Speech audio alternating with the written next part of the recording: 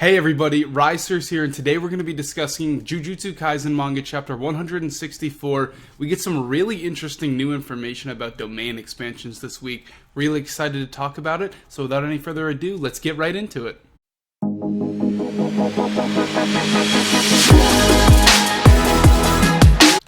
We kicked this chapter off right where we left off last time, Higuruma versus Yuji, and Yuji's giving us some credit here. He's like, okay, I'm not underestimating him. He got 100 points. He could have killed 100 civilians, or he could have killed 20 sorcerers. I gotta be ready to fight, but I'll stay on the defensive. I don't want to, don't want to risk anything, be prepared for anything. But then, boom, domain expansion. And it's a pretty simple domain in terms of its looks, right? You've just got a courtroom setting. Both of them have those like legal bars that you see. And the the judgment, I think is its name, is sitting there with its two things looking like Lady Justice. And then around it, though, there's all these guillotines, which is kind of cool, intimidating. I like it. But the fact that Higuruma is a modern-day sorcerer who can already use domain expansion, it goes to show that the calling games, as sick and twisted as they are, look at this guy. He just recently awakened his powers, and he can already use domain expansion, as we see in this chapter. He's a pretty troublesome foe, so that's very impressive. The calling games seem to actually be, capable of developing some powerful sorcerers. Obviously, not every sorcerer is going to have this, but because of his resolve, there's going to be more people like Higuruma that have that resolve and see this as an opportunity to seize their goals and dreams. Very intimidating. Now, once we're in the domain, Yuji's like, okay, immediately attack. No time to wait around. Don't want him to activate his cursed technique in here. Goes in for a big roundhouse kick, and it's stopped. It just stops in midair. Like, he doesn't even move.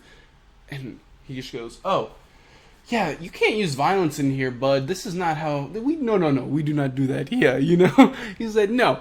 And then Yuji's taken right back to the stand he was on. And it turns out, this domain, you can't use violence. He's got conditions and vows in place. Very simple.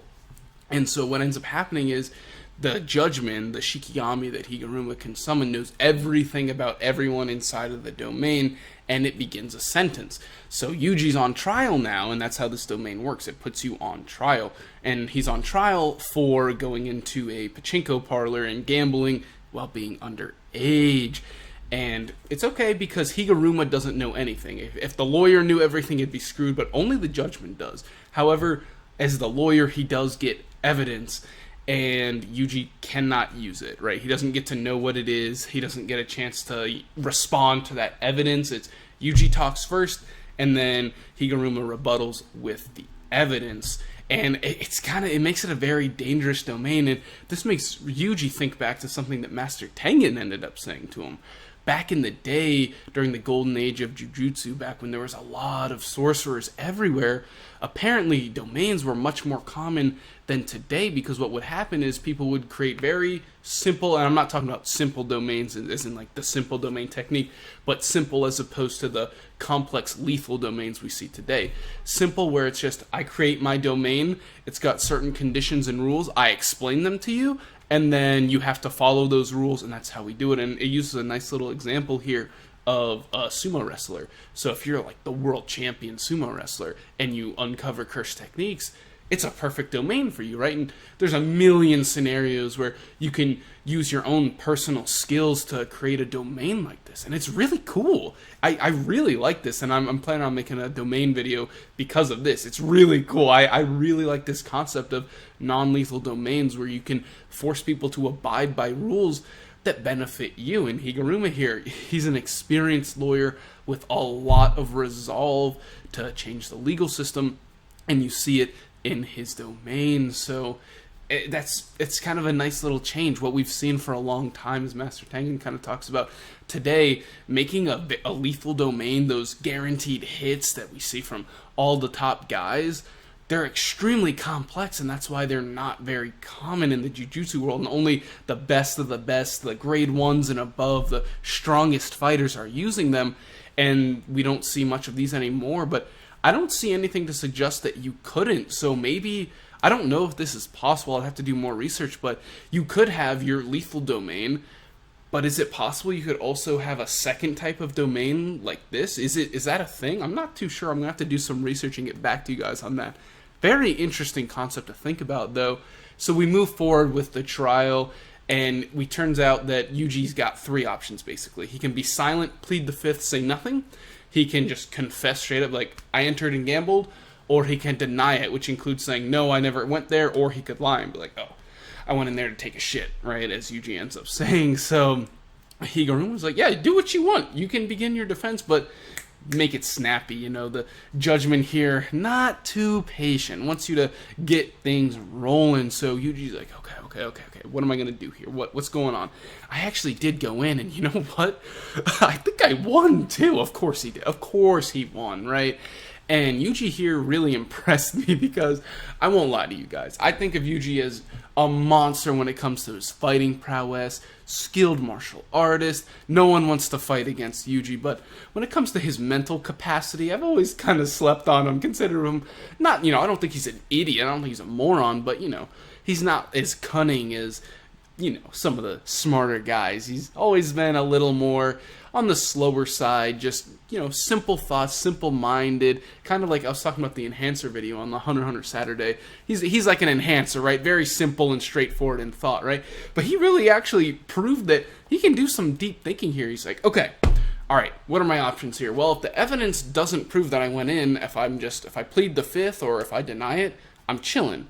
If it only shows that he went in, he's like, well, I'll just say that I took a dump. Boom, easy, right? And then number 3, he's just screwed if it shows that he went in and gambling. If there's like a security camera that shows him winning at the pachinko parlor. So he's like, okay, well, I could just confess maybe. Maybe it'll give me a lighter sentence. I know confessions in the modern legal system can get you a lighter sentence. It's something that lawyers will sometimes advise their clients to do.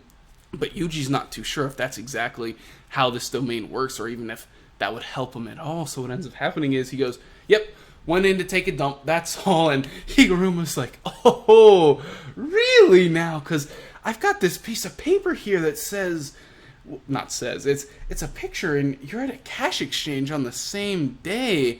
Well, you've already admitted to going in. Based on this, it looks more like the case that you went in and gambled, bud. You messed up, son. And Yuji's like, oh my god, what was I supposed to do? I'm screwed no matter what. There's nothing I could have done there. And Higuruma was like, no. You could have just said that, you could have just denied it. Could have just been, okay, I've never seen pachinko parlor. What is pachinko? I don't know what that is. Never heard of it before in my life. And he would have been fine because all the evidence was showing that he went to a cash exchange. But when he admits that he went to a pachinko parlor, caught in 4K is what happened, right? And so now we get the verdict. He slams down the gavel, and the judgment goes guilty, confiscation, and domain ends.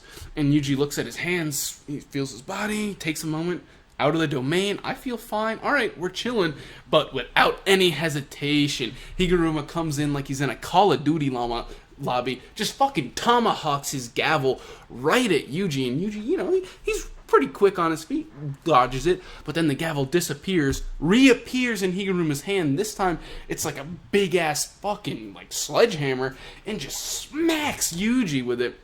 He does some pretty considerable damage here. Yuji's got a little bruise on his arm, and his coat's a little messed up, and Yuji's like, what the hell? He can make it appear and disappear and change its size? That's a strong-ass curse technique right there.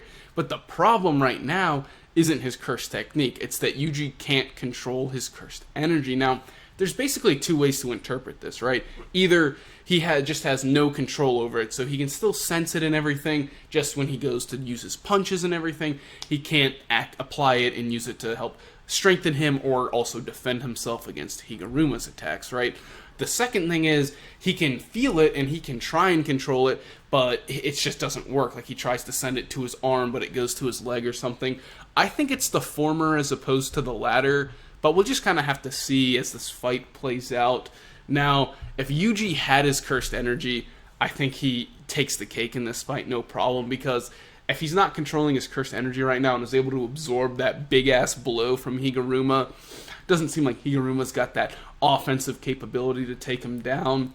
So I'm not too worried about it once Yuji kind of, calms himself, recollects himself. He'll figure out a way to win. No problem. I believe in our boy, but let's just talk about Higuruma for a second here. Mad impressive. You know, I said at the beginning, but a modern-day sorcerer to have grown to this level of strength is really impressive, and his domain really is terrifying. I love that concept of domains that are not focused on the lethal guaranteed hits, more focused on using your personal abilities to win over your opponent through other methods. It's really cool. And his curse technique with the gavel, super versatile, very effective. Appearing and disappearing is very confusing for your opponents, even if you can try and follow the cursed energy. It's difficult, right? He's a very fierce opponent, and I'm also curious, we've seen the Shikigami appear outside of the domain, which is interesting because its main effect seems to be within the domain.